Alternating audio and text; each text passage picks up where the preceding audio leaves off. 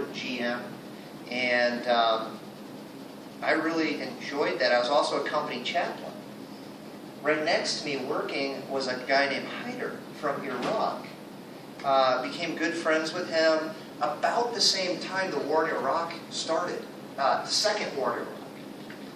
And my boss asked me to organize a prayer time with the people who worked at the company. So I did. And I came out of that prayer time just really burdened to go do something. So I went into my boss's office and I said, "Hey, let's do something to help Iraq." He said, "What do you want to do?" I said, let's go and take medicine." And so he gave me 2 weeks, and I did a lot of research, talked to a lot of different organizations that sent aid to Iraq. And come to find out, everybody said it's easier just to go to Jordan and buy stuff in Jordan and then send it. It's just cheaper. And so anyway, that's what we did. We put a team together. I took my father-in-law. I told my wife she couldn't go because it was too dangerous. She said, "Are you kidding me?" Terrible, terrible. She still has a chip on her shoulder about that. Anyway, so I went to Iraq for 3 days. We took a bunch of medicine over. We took some doctors and we toured some hospitals and some other facilities. And I fell in love with the Middle East while I was there.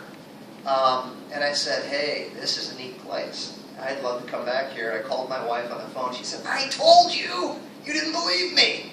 Anyway, so I went back, and a year and a half later, we were living in Jordan. And I went and studied Arabic for a couple years. It was then that I got my certification in TESOL to teach English as a second language. It was really there that I fell in love with teaching English. All my friends wanted to learn English. And I just started inviting them over to my house and just doing little lessons in English. And it just got so big we couldn't fit everybody in the house. So then we started talking to the Minister of Social Development, and we set up a nonprofit to work with in low-income areas in Jordan. And we were in an old Palestinian camp is where we set up our English center. And I ran the center for about 2 years. Loved teaching English while I was doing it, and then came back to the States and worked here for about a year with a church organization, which actually brought me to Indianapolis.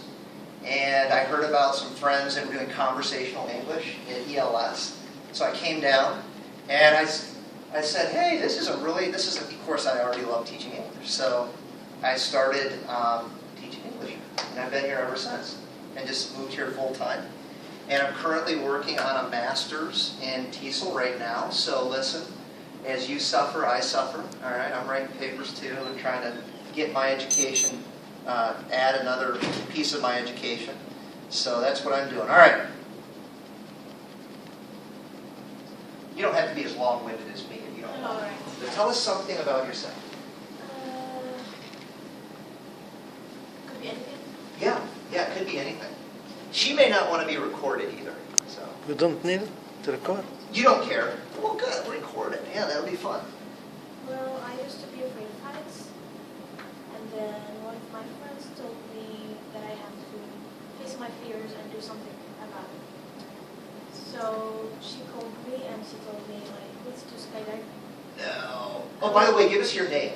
My name is Samaya, but people call me Sam. Okay. And where are you from? Saudi Arabia. Saudi Arabia, okay. And yes, so she called me and she told me that let's do skydiving. She done it before, so she wanted to do it again with me. Okay. So I was like, okay, but I wasn't sure if I'm gonna do it then, if I see the plane or whatever. So we went to the place, and then they do short interviews before you go to the airplane and stuff, and they record everything.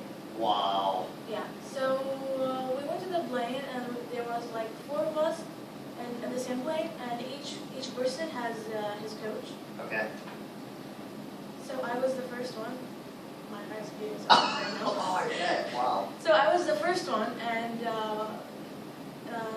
the there was like a woman who recorded me, and I was like freaking out because each time like we flew like very up, very high. Yeah. I could see like I don't know, I could see everything. Yeah. So when they opened the door, I was like, no, I'm not gonna do it. Oh, It was so scary, and Yeah. the coach tried to push me, so like, you can't do it, you can't do it. Now, were you attached to the coach? Yes. Yeah. Okay. Yes. Okay. But you didn't want to go. Yeah, I wasn't sure. I was like, I know I'm not gonna do it. But I did it. He pushed me and he jumped. Yeah. In the video, it was so funny because my legs were like this in the air. Yeah. And he was like laughing. The coach was laughing the whole Yeah. time. Yeah, Wow. it was awesome. That's neat. And who else went with you? Anyone else from here? Or Sanjay. Oh yeah, Sanjay. Yeah. And Yantoon. Yeah. And who else? I saw a video of him. Oh really? I keep kidding, like he was Trust me, crying. mine is the worst video. And Luke as well. Okay.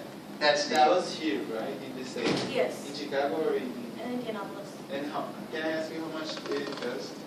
It costs almost $200. Okay. Wow. Yeah, it's not cheap, but I would love to go. It's like one of those things you do once in your life, right? Yes. Yeah. Even though it's expensive. More Yeah. expensive. Yeah. Thank you. Hey, listen, again, do short little clips, and do separate clips. So she has her own little